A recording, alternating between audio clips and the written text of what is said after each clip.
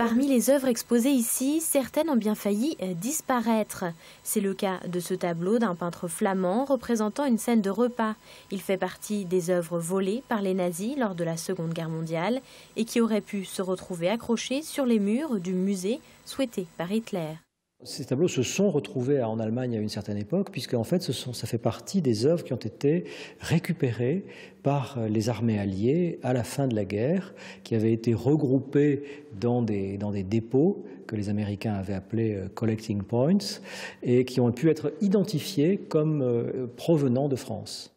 Mais ces tableaux n'appartiennent pas pour autant à la France. L'État en a la garde. Les musées sont dans l'obligation d'exposer ces œuvres et d'en indiquer la provenance. On sait à quel moment elles ont été achetées en France par des dignitaires allemands dans le commerce de l'art qui n'a pas toujours procédé d'une manière tout à fait régulière, on va dire, ou qui ont été achetées à bas prix par des Allemands.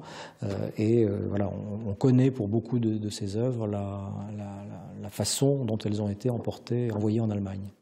Les anciens propriétaires légitimes, pillés à l'époque, peuvent demander au musée une restitution des œuvres. Et même si le temps passant, cette possibilité s'amoindrit, en exposant ces 7 tableaux, le musée de Tessé remplit son devoir de mémoire.